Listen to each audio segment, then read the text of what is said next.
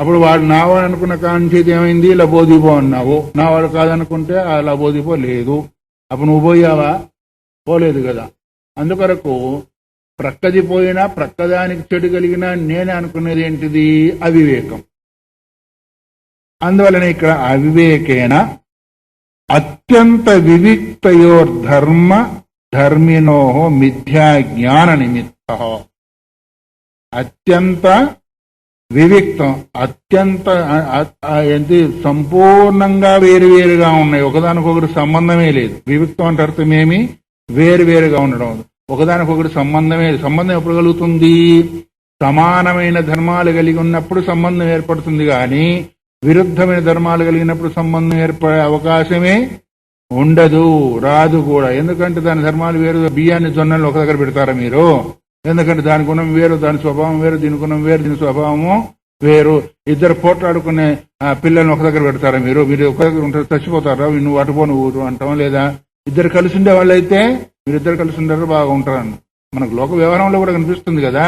అట్లాగే విషయ ధర్మాలు అత్యంత వేరైన కారణం చేత ధర్మాలు మిథ్యా జ్ఞాన నిమిత్తం, అది కూడా మిథ్యా జ్ఞాన నిమిత్తము. అవివేకం చేత మిథ్యా జ్ఞానం కలిగిందని. ఆ పదం యొక్క చివరి పదం, ఆ వాక్యం యొక్క చివరి పదం ఏంటిది? అవివేకం. ఈ వాక్యం యొక్క చివరి పదం ఏంటిది? మిథ్యాజ్ఞానం. అంటే అవివేకం చేత మిథ్యాజ్ఞానం కలుగుతుంది, వివేకం చేత స్వరూప జ్ఞానం కలుగుతుంది. ఇది అసలు విషయం. అవివేకం చేత మిథ్యాజ్ఞానం, వివేకం చేత స్వరూప జ్ఞానం కలిగింది. ఇప్పుడు తెల్లంగా చెప్పుకోవాలంటే ఎక్కడెక్కడ నీకు మిథ్యాజ్ఞానం కలుగుతుందో అక్కడక్కడ ఏంటిది? నీకు అవివేకము. ఎక్కడెక్కడ వాస్తవిక స్వరూపం కలుగుతుందో అక్కడక్కడ నీ యొక్క స్వరూప జ్ఞానము. అందుకొరకే మిథ్యా జ్ఞానంతో కలిగిందే తప్ప అధ్యాస వాస్తవికము కాదు. ఎందుకు అంటే నీకు నీ దృష్టిలో అవివేకం ఉంది గాని వివేకము లేదు. అంటే అవివేకం అంటే అర్థమేమి? రెండింటిని విడదీసే శక్తి నీలో లేదు కాబట్టి అది మిథ్యా జ్ఞానాన్ని సూచించింది. ఆ మిథ్యా జ్ఞానం చేతనే అధ్యాస అంటే భ్రమ కలిగింది గాని వాస్తవం అంటే ఇప్పుడు మనం చెప్పుకోవాలంటే అవివేక చేత మిథ్యా జ్ఞానము, మిథ్యా జ్ఞానం చేత భ్రమ. ఇది ఇక్కడ అవివేకం, ఇక్కడ మిథ్యా జ్ఞానం, ఇక్కడ కలిగింది భ్రమ. అందువల్లనే ఆ భ్రమ చేత ఏమేం క్రియ జరగాలో ఆ క్రియ అంతా కూడా జరుగుతూనే ఉంటుంది. అందుకొరకే మిథ్యా జ్ఞాన నిమిత్త. అంతేకాకుండా సత్యానృతే మిథునీకృత్య అన్నారు. లోకం అంతా కూడా ఏం చేస్తున్నారు? సత్యాన్ని అనృతాన్ని అంటే అసత్యాన్ని ఏకం చేస్తున్నారు. మిథునీకృత్య అంటే అర్థమేమి? ఏకం కావడం, కలపడం కాదు, ఏకంగా చేసి ఒకటిగా భావించి, సత్య వస్తువును అసత్య వస్తువును ఒకటిగా భావించి లోకంలో వ్యవహారం జరుగుతుంది. సత్యాన్ని సత్యంగా గ్రహించి అసత్యాన్ని అసత్యంగా గ్రహించగలిగితే మనం చేస్తాం. ఇప్పుడు ఎవరైనా కుళ్ళిపోయిన వంకాయను మంచిది అనుకున్నాను అనుకోండి, అప్పుడేమైంది? ఒకటైందా లేదా? ఈ కుళ్ళిపోయిందని కుళ్ళిపోయిన గ్రహించినట్టు గ్రహిస్తే, మంచిదాన్ని మంచిగా గ్రహిస్తే అక్కడ ఏంటిది? వివేకం. కుళ్ళిపోయిందని మంచిగా ఉన్నదాన్ని కుళ్ళిపోయిందని గ్రహిస్తే అవివేకం. అప్పుడేమైంది? అది మిథ్యా జ్ఞానం. అవివేకం చేసింది ఏంటిది? మిథ్యా జ్ఞానం. ఆ మిథ్యా జ్ఞానం చేసి నీకు భ్రమ కలిగింది. అయ్యో ఇంతవరకు పాడైపోయింది అనుకున్నాను, చాలా బాగానే ఉంది, బయటపడేసిన తర్వాత చూసావనుకో. బయటపడేసిన తర్వాత ఇప్పుడు కూడా అట్లా జరుగుతూ ఉన్నాయి కదా. ఏది గర్భస్రావం చేయించుకుంటారు, ఈ మిషన్లతో చూయించిన తర్వాత బయటకు వచ్చిన తర్వాత అనుకున్నది ఒకటి అవుతుంది, అది ఒకటి. ఇట్లా ఎన్నో జరిగినాయి. ఆడపిల్ల అనుకుంటే మగపిల్ల బయటకు వచ్చారు, మగపిల్ల అనుకుంటే ఇదేంటిది? ఆ మిషన్ సక్రమంగా చూపించవచ్చు, లేకపోవచ్చు. కానీ నువ్వు అనుకున్న బయట చూసిన దానికి వేరుందా లేదా? అక్కడ వివేకం చేయలేని కారణం చేత భ్రమ కలిగింది. అందువల్ల భ్రమకు సరిపోయినట్టుగా ఇక్కడ ఉంటేనే, అక్కడ నువ్వు అనుకున్న దానికి సరిపోయినట్టు ఉంటేనా అక్కడ వివేక జ్ఞానం, సరిపోయినట్లు లేకపోతే మిథ్యా జ్ఞానము. అందుకొరకే లోకంలో ఎక్కడెక్కడ జరిగినప్పటికీ సత్యాన్ని అసత్యాన్ని అనృతాన్ని ఏకం చేసినప్పుడు నీకు మిథ్యా జ్ఞానం కలుగుతుంది. అదే నీకు దుఃఖానికి కారణము. అదే దుఃఖం వచ్చింది అంటే అర్థం ఏమి? ఉన్నదాన్ని ఉన్నట్టుగా గ్రహించిన కారణం చేత అవివేకం అంటే అర్థమేమి? ఉన్నదాన్ని ఉన్నట్టుగా గ్రహించిన కారణం చేత మిథ్యా జ్ఞానం ఏర్పడింది. అప్పుడు నీకు దుఃఖం కలిగింది. స్వభావాన్ని గుర్తించలేదు. ఇంట్లో అత్తదో తల్లిదో తోటి కొడలదో ఇంకోటిదో గ్రహించక ముందు ఏమైందంటే ఏమో అనుకున్నావు, పోట్లాడుకునే ప్రయత్నం చేసావు. వాస్తవికంగా గ్రహించిన తర్వాత అయ్యో నేను ఇట్లా అనుకున్నాను, మీరు ఇట్లున్నారు కదా, క్షమించండి అనే దగ్గరికి వచ్చేసి అవునా కదా. ఎందుకు అంటే పైన చూసినప్పుడు ఒకటి, లోపలికి వెళ్ళి చూసినప్పుడు ఒక కనిపిస్తుంది. పైన చూడడమేమో అవివేకము, లోపలికి వెళ్ళి చూడడమేమో అందుకొరకే పట్టి చూచిన లేదు బాలులారా అన్నారు. పట్టి చూడడం అంటే లోపలికి వెళ్ళి చూడడం. అందుకొరకు లోపలికి వెళ్ళి చూస్తే వివేకము, పైన చూస్తే అవివేకము. వివేకం చేత కలిగేది జ్ఞానము, అవివేకం చేత కలిగేది మిథ్యాజ్ఞానం. మిథ్యాజ్ఞానం భ్రమ. వివేకి జ్ఞానం చేత కలిగేదేమో సుఖము, మిథ్యాజ్ఞానం చేత కలిగేదేమో దుఃఖము. అందుకొరకు సత్యానృతే మిథినీకృత్య అహం ఇదం మమ ఇదం ఇది నైసర్గికోయం లోక వ్యవహార. ఇది నేను, ఇది నాది అనే అనాది కాలం నుంచి ఈ లోక వ్యవహారం వస్తుంది. ఎప్పటి నుంచి వచ్చింది? ఎప్పటి నుంచో అనాది కాలం నుంచి. ఇది నేను, ఇది నాది. శరీరము నేను, శరీరము నాది. శరీరానికి సంబంధించినవి నేను, శరీరానికి సంబంధించినవి నావి.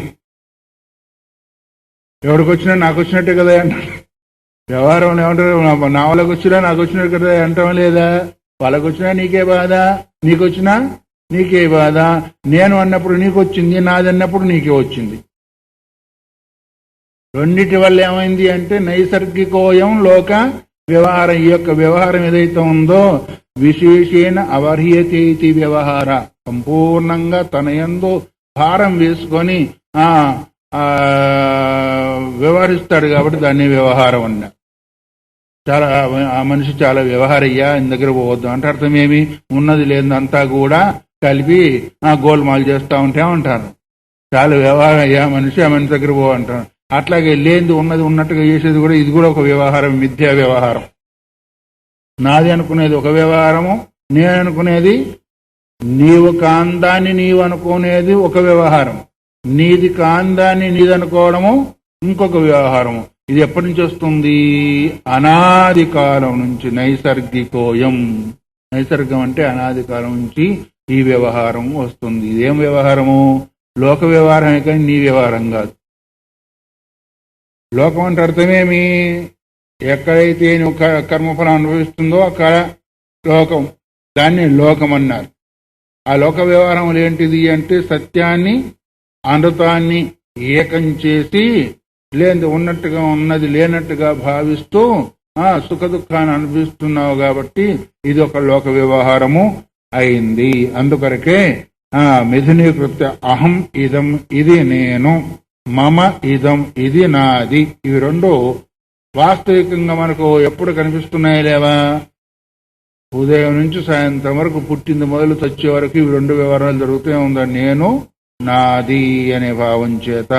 ఎప్పటి నుంచి? పుట్టినప్పటి నుంచే కాదు, అనాది కాలం నుంచి కూడా జరుగుతూనే ఉంది ఈ వ్యవహారం అంతా కూడా. సరే, ఇది ఎందువల్ల జరిగింది అనుకున్నాము? అధ్యస్య అన్నారు కదా మొదలు. అధ్యస్య అంటే ఆరోపణ చేసి, నందువలన, ఒకదాని యందు ఒకటి ఆరోపణ చేసినందువల్ల కదా నీకు భ్రమ కలిగింది. అసలు భ్రమ అంటే అర్థమేమి తెలియాలా వద్దా? భ్రమ అంటే అర్థం ఎప్పుడు గాని శాస్త్రంలో ఒక వాక్యం వస్తుంది, లక్షణ ప్రమాణాభ్యాం వస్తు సిద్ధి అని. దానికి లక్షణం ఉండాలా, ప్రమాణం ఉండాలి. నీ దగ్గర ఏ లక్షణం లేవా ఎప్పవా అంటాం నేను కోపం వస్తే. మంచివాడి లక్షణం లేదు, చెడవాళ్ళు ఏ లక్షణం లేదంటే అర్థమేమి? మంచివాడి లక్షణాలు ఇవి, చెడవాళ్ళ లక్షణాలు ఇవి. ఒకప్పుడు అవి, ఒకప్పుడు ఇవి రెండు ప్రయోగం చేసాం అనుకోండి, ఏమంటాము? నీ దగ్గర ఏ లక్షణాలు అవి, అది అనుకున్న దానికి కాదు, ఇది అనుకున్న దానికి పో అంటాం.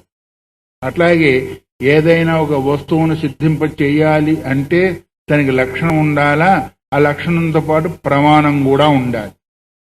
ప్రమాణం అంటే శాస్త్రీయమైన ప్రమాణం. నువ్వు నీ కపోల కల్పితమా ఎవరైనా ప్రామాణికమా? ఇక్కడ ప్రమాణం ఏంటయ్యా అని అడుగుతాం ఏదన్నా మాట్లాడితే. నీకు చెప్పినట్టు ప్రమాణం ఏంటి చూపించు. అదే కదా కోర్టులో జరిగేది. కోర్టులో జరిగేది ఏంటిది? ప్రమాణం. లక్షణం ఏంటిది? దానికి లక్షణం లేకపోతే మనం గుర్తించే లక్షణం అంటే అర్థం ఏంటిది అంటే దాన్ని గుర్తించేదానికి సంబంధించిన ఒక భావన లక్షణం అంటే. ఎట్లాగా ఇక్కడికి ఏంటిది గోవు ఎలా ఉంటుంది అన్నారు అనుకోండి. తెల్లగా ఉంటుంది. నల్లగా ఉండదా? 2 కొమ్ములు 4 కాళ్ళు 1 తోక ఇది ఉంటే గోవు అంటారు. అది గేదెకు ఉండవు అవి 2 కొమ్ములు 4 కాళ్ళు 1 తోక. నల్ల ఆవులు ఉండవా? తెల్ల గేదెలు కూడా ఉంటాయా? అది ఇప్పుడు అవేమైంది? దీన్ని అతివ్యాప్తి అంటారు. ఒక లక్షణం చెప్తే ఎట్లా ఉండాలంటే అతివ్యాప్తి, అవ్యాప్తి, అసంభవ దోషం ఈ 3 ఉండకూడదు. మనం ఒకరికి లక్షణం చెప్పినప్పుడు అక్కడి వరకే పరిమితమే ఉండాలి, పక్కకు పోకూడదు.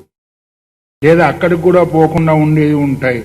లేకపోతే అసలు దానికి సంభవించదు. ఇప్పుడు మనము ఏమన్నామంటే 4 కాళ్ళు 2 కొమ్ములు 1 తోక కలిగింది గోవు అన్నాం అనుకున్నాం. ఎద్దులకు ఉన్నాయి, గేదెలకు ఉన్నాయి, ఇంకా గొర్రెలకు కూడా ఉంటాయి, మేకలకు కూడా ఉంటాయి. అదే గంగదోలు కలిగింది ఆవు అంటే, గంగడోలు అంటే ఏంటి? ఇక్కడ ఉంటుంది కదా, ఏదో వేలాడుతూ ఉంటుంది. దానికి ఒక్కదానికే ఉంటుంది. ఇంకో దానికి ఎద్దు అంటే గోవు అంటే ఎద్దును ఆవును రెండింటిని తీసుకోవచ్చు, కానీ ఇంకొక దానికి ఉండదు. అందుకని శాస్త్రాదిమత్వం గౌహు అన్నారు. ఆ లక్షణం ఇంకొక దానికి పోదు. కొమ్ములు కలిగింది గేదె అంటే అది ఆవు అంటే ఆవు దగ్గరికి పోయింది, ఆవును వదిలిపెట్టి ఇంకో దగ్గరికి కూడా పోయింది కాబట్టి అది లక్షణం అనిపించుకోదు. కాకపోతే పెద్ద పులిలాగా ఉంటుంది గోవు అంటే అసలు సంభవమే కాదు, అసంభవం దోషం అంటారు. అందువల్ల ఒక లక్షణం చెప్పితే దాని వరకే పరిమితమై ఉండాలి. ప్రమాణం ఏంటిది అంటే మన ప్రమాణ గోచరం, ప్రమాణ చక్షురాది ప్రమాణం కావచ్చు, లేదు శాస్త్ర ప్రమాణం కావచ్చు, దానికి సిద్ధమై ఉండాలి. అందుకు లక్షణం లేకుండా, ప్రమాణం లేకుండా ఏ వస్తువు కూడా సిద్ధించే అవకాశము లేదు, చాలా తక్కువ కూడా. నేను అన్నట్టు నీకు ప్రమాణం ఏమై అంటావా లేదా, చూసినట్టు ప్రమాణం ఏమంటా లేదా అంటే ఎవరన్నా ఉన్నారా లేదా అని అప్పుడు ఉంటే కదా నమ్ముతాం. అట్లాగే ఒక వస్తువు యొక్క స్వరూపాన్ని తెలియజేయాలంటే ఇవి 2 ఉండాలి. లక్షణం ఉండాలా, ప్రమాణం ఉండాలి. లక్షణం ఎట్లా ఉండాలి? నిర్దిష్టంగా ఉండాలి, దోషయుక్తంతో ఉండకూడదు. దోషం ఏంటిది? దాన్ని మించిపోతే దోషమే, దానిలో సంభవించకపోతే దోషమే, దాని దగ్గర కూడా పోకపోతే దోషమే అన్నారు. అట్లాగా అది 1 గిట్ట కలిగింది గోవు అన్నారు అనుకో. గోవుకి ఎన్ని గిట్టలు ఉంటాయి? గిట్టలు తెలుసా? గిట్టలు అంటే ఏంటో, ఇటు చీలిపోయి ఉంటుంది, కాళ్ళకి చీలిపోయి ఉంటుంది. అది 1 గిట్ట కలిగిందా, 2 గిట్టలు కలిగిందా? 1 గిట్టలు దేనికి ఉంటాయి? గుర్రానికి ఉంటాయి, గాడిద కూడా ఉంటాయి, అంతే కదా. ఇప్పుడు లక్షణం పోయిందా దాని దగ్గరికి? గోవు దగ్గరికి అసలు పోనే లేదు. దీన్ని ఏమంటారు? అసంభవ దోషము అన్నారు. ఏంటిది? అందుకొరకే ఇగో అతివ్యాప్తి, అవ్యాప్తి, అసంభవ దోషం కదా, అవ్యాప్తి దోషం ఇది. అసంభవ దోషం అంటే ఇంకోటి వేరుగా ఉంటుంది అనుకోండి. అగ్నినాశించది అన్నారు. ఎవడో అగ్నితో చెట్లకు నీళ్లు చెట్లను తడుపుతా ఉన్నారు అనుకోండి, అది సంభవమా? అసంభవం. కాబట్టి ఒక లక్షణం చెప్పినప్పుడు ఈ 3 దోషాలు లేకుండా ఉండాలి. ఏంటి అవి? అతివ్యాప్తి, అవ్యాప్తి, అసంభవం. ఈ 3 లేకుండా ఉన్నట్టయితే దాన్ని ఏమన్నారు? లక్షణము అన్నారు. ప్రమాణం కూడా కావాలి కదా. ప్రమాణం అంటే ఏంటిది? నేత్ర ప్రమాణము. అదో నువ్వు చెప్పిన దాని ప్రకారంగా గ్రహించింది, లేదా నీ వెనకపోయిన వాళ్ళు ఎవరైనా పెద్దవాళ్ళు గురువులైనా కూడా చెప్పేది ఉండాలి, శాస్త్రమైనా చెప్పేది ఉండాలి. ఇవి 2 కలుసుకొని ఉంటే ఆ వస్తువు నిర్దిష్టమైన వస్తువు అని మనం గ్రహించగలుగుతాము. అందుకొరకే ఇప్పుడు అధ్యాస అన్నారు కదా, దానికి ఏమైనా లక్షణం ఉందా, ఉంటే ఏంటి అనే భావన వస్తుందా లేదా? వస్తుంది. అందుకు ఆహా కోయం అధ్యాసో నామ ఇతి. అధ్యాస అని చెప్పారు కదా. అధ్యాస ఆహా, అధ్యాస అంటే ఏంటో ఇప్పుడు చెబుతూ ఉన్నారు. ధర్మము ధర్మి, విషయము విషయీ, వీటిని గురించి చెప్పినందువల్ల ఒకదాని యందు ఒకటి కలిపి చెప్పినందువల్ల అధ్యాస అన్నారు కదా. అది ఎలా, దాని యొక్క స్వరూపం ఏంటిది, ఎట్లా ఉంటుంది, కలిపినందువల్ల ఎలా ఉంటుంది? దాన్ని ఒక రోజు ఇది ప్రయోగశాలలో మీరు ప్రయోగాన్ని చేసి చూసినట్టుగానే అధ్యాస యొక్క లక్షణం కూడా మనకు కావాలి. ఎందుకంటే ఆ లక్షణం మనకు తెలియకపోతే మనం గ్రహించేది ఏమనుకుంటాము, సత్యం అనుకుంటాం గాని మిథ్య అనుకునే అవకాశము లేదు. అందువల్లనే ఇక్కడ చెప్తున్నారు ఆహా కోయం అధ్యాసో నామ ఇది. ఆ అధ్యాయం ఉచ్యతే ఏం చెప్తున్నాడు ఇప్పుడు? లక్షణము అధ్యాసన గురించి చెప్తూ ఉన్నాడు. స్మృతి రూప పరత్ర పూర్వదృష్ట అవభాస. అది స్మృతి రూపము అయి ఉండాలి, అంటే స్మరణ రూపమై ఉండాలా, స్మరణ రూపము ఉండాలా. పరత్ర పూర్వదృష్ట అవభాస, ఇదివరకు చూసిందై ఉండాలా, ఇంకొక దగ్గరికి తీసుకొని రావాలి దాన్ని. అర్థమైందా?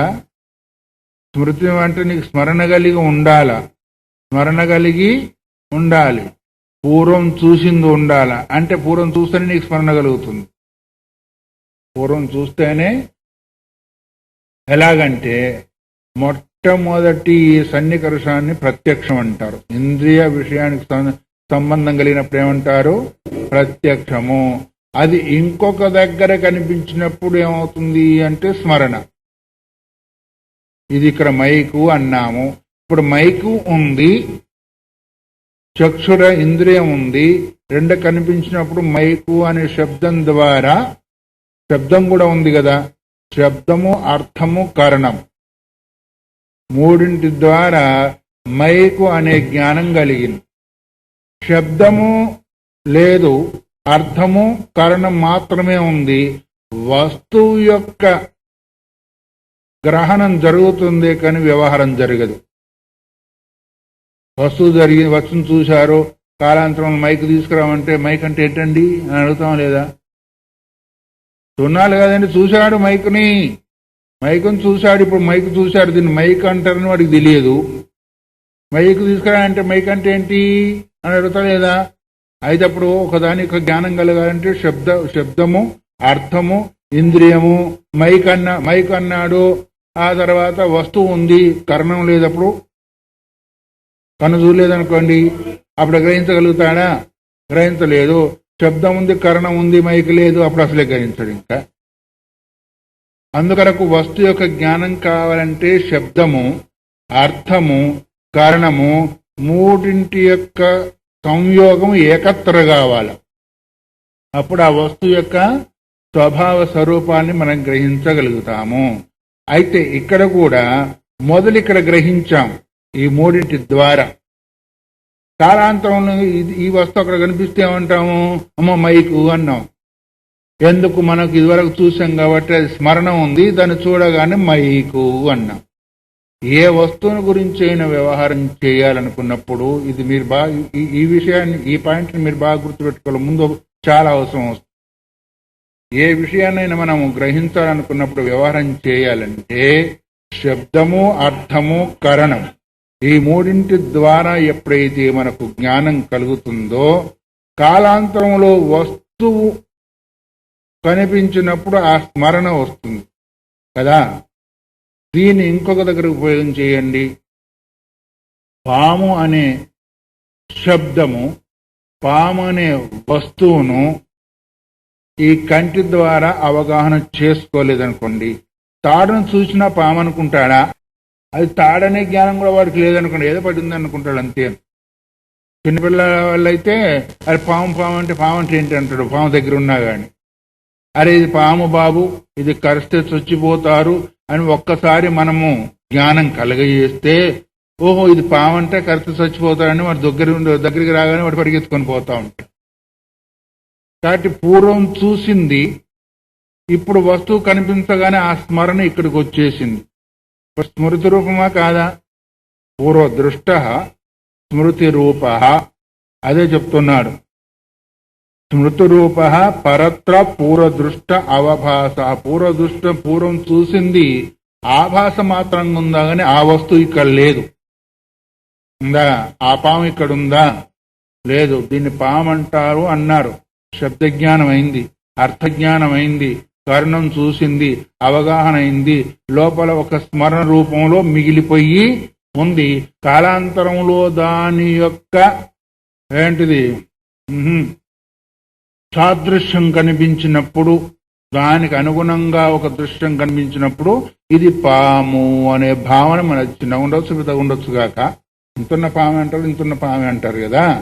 ఎందుకంటే ఒకసారి దాని రూపరంగు దాని కథంతా తెలిసింది. సాదృశ్యం లేకుండా మళ్ళీ నీకు స్మృతున్నా లాభం లేదు.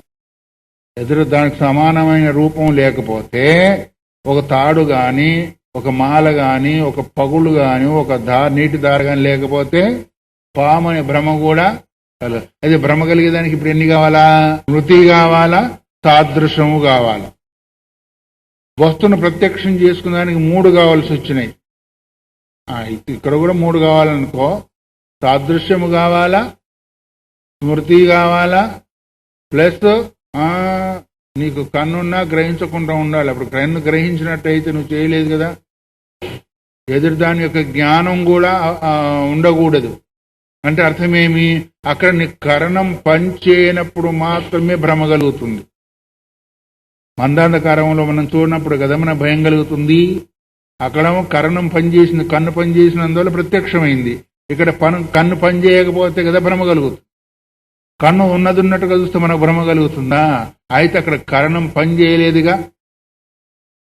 కరణం పనిచేయని కారణం చేత ఎందుకు పనిచేయలేదు? మందాంధకారం ఉంది కాబట్టి, దాని చేత కన్ను కప్పబడింది కాబట్టి అక్కడ గ్రహించడం చేత. అంటే పూర్తిగా కప్పబడిందా? మస్క పూర్తిగా కప్పబడినా లాభం లేదు, పూర్తిగా తెలిసినా లాభం లేదు. అది స్మృతి పూర్వంలో చూసింది, స్మరణ ఉంది, సాదృశ్యం కనిపించగానే కరణం పనిచేయలేదు, అప్పుడు నీకు భ్రమ కలిగింది. ఇది దీని తతంగం అంతా కూడా. అందుకొరకు స్మృతి రూప పరత్వ పూర్వదృష్టావభాస. స్మరణ రూపమై పరత్ర అంటే ఇంకొక అధికరణమందు, అవభాస అంటే నీకు అవగాహనకు వచ్చేది. అక్కడ వస్తువు లేదు, అవగాహనకు వచ్చేస్తుంది. ఒక విషయం చెప్పిన తర్వాత ఫలానా రోజు నీకు ఒక విషయం చెప్పాను గుర్తుందా అంటే, ఏమో అంటే అట్ట గుర్తుకొస్తా ఉంది అంటారు. దాన్ని ఏమంటారు? పూర్తిగా మర్చిపోయింది కాదు, పూర్తిగా జ్ఞాపకం ఉంది కాదు. ఇప్పుడిప్పుడు కొంచెం కొంచెం అవగాహనకు వస్తుంది, గుర్తుకొస్తుంది అంటామా లేదా? అంటాం. అట్లాగే ఇది అవభాస అంటే అర్థమేమి? పూర్వం చూసిన యొక్క స్మృతి అవగాహనకు రావడము. ఏది పరత్ర అంటే ఇంకొక దాని యందు, దాని అందే కాదు ఇంకొక దాని యందు పూర్వం చూసింది అవగాహనకు రావడం ఏదైతే ఉందో దీన్ని ఏమన్నారు? అధ్యాస. అధికృత్య ఆసనం ఉన్నా కదా. దేని అధికృత్య? పరత్ర అంటే ఇంకొక దాని యందు, ఇంకొక అధిష్టానమందు పూర్వంలో చూసిన దాన్ని అవగాహన చేసుకోవడం ఏందన్నారు? పూర్వంలో చూసింది పూర్వమే పోయింది, ఇక్కడ లేదు. ఇక్కడ చూసింది పూర్వం లేదు. దీన్ని అర్థం చేసుకోండి. పూర్వం చూసింది ఇక్కడ లేదు, ఇక్కడ చూడబడేది పూర్వంలో లేదు. దీన్ని ఒకటి చేశాను. జనకృత్య అన్నారు కదా ముందు. అర్థమవుతుందా లేదా? పూర్వం చూసింది ఇక్కడ లేదు, ఇక్కడ చూసేది పూర్వం లేదు. పూర్వంలో చూసింది స్మరణ మాత్రం ఉంది, ఇక్కడ చూసేది దృశ్యం మాత్రం ఉంది. ఆ స్మరణ దృశ్యాన్ని ఏకం చేశాము, భ్రమ అయిందా? మరి ఏమనుకున్నారు? మనం చూస్తే ఊరికే అనుకుంటున్నాం గాని ఆ స్మరణ లేకపోతే, పాము యొక్క స్మరణ లేకపోతే మనకు పాము అనే భ్రమే రాదు. ఇప్పుడు పరత్ర అంటే తాటి యందు, పూర్వ స్మృతి అంటే పాము యొక్క స్మృతి. అది కూడా నీకు ఈ కరణం పనిచేయనప్పుడు, అంటే పనిచేయనప్పుడు అంటే పూర్తి అది కప్పబడినప్పుడు అప్పుడు నీకు అవభాస కలుగుతుంది. అంటే తాటి యొక్క జ్ఞానం లేనప్పుడు. అయితే ఇప్పుడు తాటి యొక్క తాడు యందు అది నీకు అధ్యాస కలిగిందా? తాడు యొక్క అజ్ఞానమందా? తాటి యందు నీకు పాము భ్రమ కలగాలే.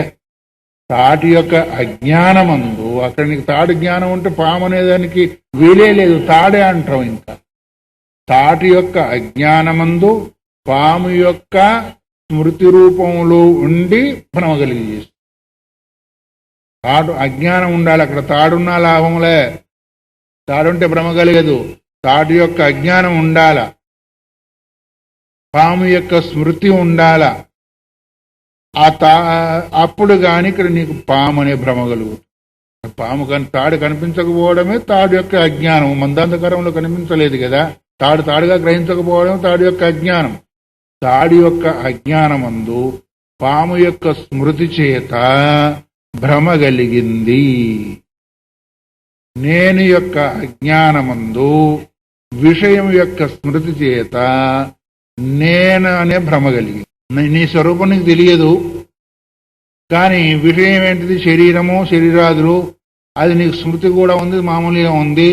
దాని మీద ఆరోపించేసుకుని శరీరాన్ని నేను అన్నామా లేదా? ఇప్పుడు ఎందుకనగలిగాము? నేను యొక్క అజ్ఞానం ఉంది అక్కడ. తాడు యొక్క అజ్ఞానం అక్కడ ఎట్లా ఉందో ఇక్కడ నేను యొక్క అజ్ఞానం ఉంది.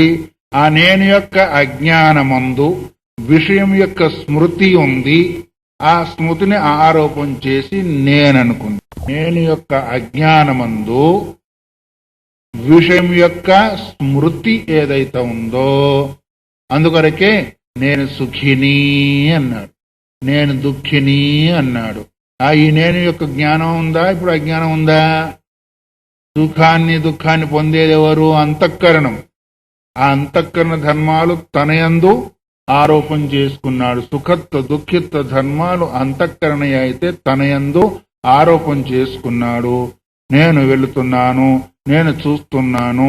ఈ చూసే ధర్మము, వెళ్ళే ధర్మము చైతన్య స్వరూపం అయితే నేను ద్వారా ఈ శరీరం అందు ఆరోపణ చేసుకున్నాడు. ఇది ఎక్కడి నుంచి వచ్చింది? నైసర్గికోయం లోక వ్యవహార. అనాది కాలం నుంచి వ్యవహారం అనేది వస్తూనే ఉంది. అందుకొరకే శృతిరూప పరత్ర పూర్వదృష్ట అవభాస అధ్యాస అన్నారు. అధ్యాసము వెనక తీసుకోండి. ఇప్పుడు కోయం అధ్యాసో నామేతి ఆహా ఉచ్యతే చెప్పబడుతుంది. స్మృతి రూపం అంటే ఏంటిది? ఒక వాక్యంలో చెప్పుకోవాలంటే ఒకదాని అందు ఇంకో దాన్ని చూడడం లేదా ఆరోపణ చేయడం, దీన్ని అధ్యాసం. మన అచ్చుతలు చెప్పుకోవాలంటే ఒకదాని యందు ఇంకొక దాన్ని చూడడము, అదే అధ్యాస. ఒకదాన్ని ఇంకో రకంగా భావించడము అధ్యాస. ఉన్నది ఉన్నట్టుగా కాకుండా ఇంకో రకంగా భావించడము అధ్యాస. అచ్చ తెలుగులో ఇది ఇప్పుడు తేలిపోయింది కదా. ఉన్నదాన్ని ఉన్నట్టుగా భావించకుండా ఇంకొక రకంగా భావించడం, ఇది భావన. ఉన్నదాన్ని ఉన్నట్టుగా చూడకుండా ఇంకో రకంగా చూడడము, దీన్ని ఏమంటారు? అదేమో భావన అయింది, ఇదేమో దృశ్యము అయింది. ఉన్నదాన్ని ఉన్నట్టుగా చూడకుండా ఉండడం ఒకటి, ఉన్నదాన్ని ఉన్నట్టుగా భావించకపోవడము ఒకటి. అందుకొరకు భావన చేత దృశ్యం ఏర్పడింది. భావంలో మార్పు వచ్చినందువల్ల దృశ్యంలో కూడా మార్పు వచ్చింది. భావంలో మార్పు రాకపోతే దృశ్యంలో మార్పు రాదు. భావంలో మార్పు రాకపోతే దృశ్యంలో మార్పు రాదు. ఇది తాడనే భావన పోయింది కాబట్టి పాము అనే భావన వచ్చింది కాబట్టి నీకు అక్కడ దృశ్యం తాడుగా ఉన్నా పాముగా కనిపించింది. భావ మార్పు లేకపోతే దృశ్య మార్పు ఉండనే ఉండదు. అయితే అక్కడ దృశ్యం మారిందా? మారలే. ఆ దృశ్యాన్ని కూడా, భావం మారింది, ఇంకో రకంగా మారింది కాబట్టి దృశ్యాన్ని కూడా ఇంకో రకంగా మార్చుకున్నావు, అది మారలే. నీ భావం ప్రకారంగా అది మారింది, కానీ అక్కడ దృశ్యంగా ఉన్నట్టుగా, నువ్వు అధిష్టానం ఉన్నట్టుగానే ఉంది. కానీ భావం మార్పు చేత దృశ్యం మారిపోయినట్టుగా అనుకున్నావు, కానీ అది మారిపోలేదు. అట్లాగే అధిష్టానం ఈ చైతన్యం అది ఉన్నట్టుగానే ఉంది, కానీ ప్రపంచం పైన నేను నా దగ్గర భావన అది లేనట్టుగా చేసింది. అధిష్టానాన్ని మరిపించేసింది, ఇంకో రకంగా ఉత్పన్నము చేసింది. ఇది దీన్ని అధ్యాస అంటారు. భావ మార్పు చేత దృశ్య మార్పు అవగాహనకు వచ్చింది, కానీ దృశ్యం మారలేదు. మనం ఇదివరకు ఎలాగ ఉంటావు, ఇప్పుడు చాలా మంచి బాగా ఉన్నావు అని అన్నారనుకోండి ఎవరన్నా, ఇదివరకు ఎట్లా ఉన్నా ఇప్పుడు చాలా మారిపోతుందని మీరు అంటే నేను అప్పుడు ఇప్పుడు ఒకే రకంగా ఉన్నా అంటాడు ఒక ఆయన. అంటారు లేదా? అయితే వాడి భావం మార్ప, ఇప్పుడు మన భావం మార్ప. నేను అప్పుడు ఇప్పుడు ఒకే రకంగా ఉన్నా అంటాడు ఎదుటివాడు. ఇదివరకు ఎట్లాగా ఉంటే ఇప్పుడు బాగా ఉన్నామని, లేదు ఇదివరకు ఎట్లాగా ఉన్నావు ఇప్పుడు, ఇదివరకు బాగా ఉన్నావు ఇప్పుడు బాగలేవు అని ఎదుటి వారు గ్రహించినప్పుడు అతను ఏమంటాడు? నేను ఎప్పుడు ఒకే రకంగా ఉన్నావు, నీ భావంలో మార్పు వచ్చిందని చూసుకోమంటాడు. అట్లాగే అధిష్టానం ఎప్పుడు ఒకే రకంగా ఉంటుంది, మన భావంలో తాడుగానే ఉంది, కానీ భావనే భావం ఎక్కడ మారింది? చూసేవానిలో మారింది, అక్కడ మారలే. చాలా గ్రహించవలసింది. అట్లాగే అధిష్టానం ఎప్పుడు ఒకే రకంగా ఉంటుంది. ఇదంతా కూడా మా ఏంటిది దాని అందు ఉండి ఇదే సత్యము ఇంకొకటి లేదనే భావం చేకూరుస్తుంది. కానీ అసత్యమో సత్యాన్ని చేస్తుంది, సత్యాన్నేమో అసత్యవత్ భాతి. అందుకని సత్యానృతే మిథునీకృత్య అని ముందు చెప్పారు. సత్యాన్ని అనృతాన్ని ఏకంగా చేసిన కారణం చేత ఏం కలిగినప్పుడు అధ్యాస, ఇది లోక వ్యవహారం ఏదైతే ఉందో నైసర్గిక అనాది కాలం నుంచి వస్తూ ఉంది అనేదానికి మనకు ఇక్కడ అవగాహనకు వస్తూ ఉంటుంది. అందువల్ల సరే, ఇది ఏం చెప్పారు శంకర భగవత్పాదులు? మరి తన యొక్క అభిప్రాయాన్ని గురించి చెప్పారు. మరి వేరే వాళ్ళ అభిప్రాయం ఈ సత్యమైన కొందరు ఓ రకంగా అంటారు, కొందరు ఇంకో రకంగా అంటారు, కొందరు ఇంకో రకంగా అంటారు కదా. మీరు చెప్పింది సత్యమా, అది చెప్పింది సత్యమా అనే ఒక ఆకాంక్ష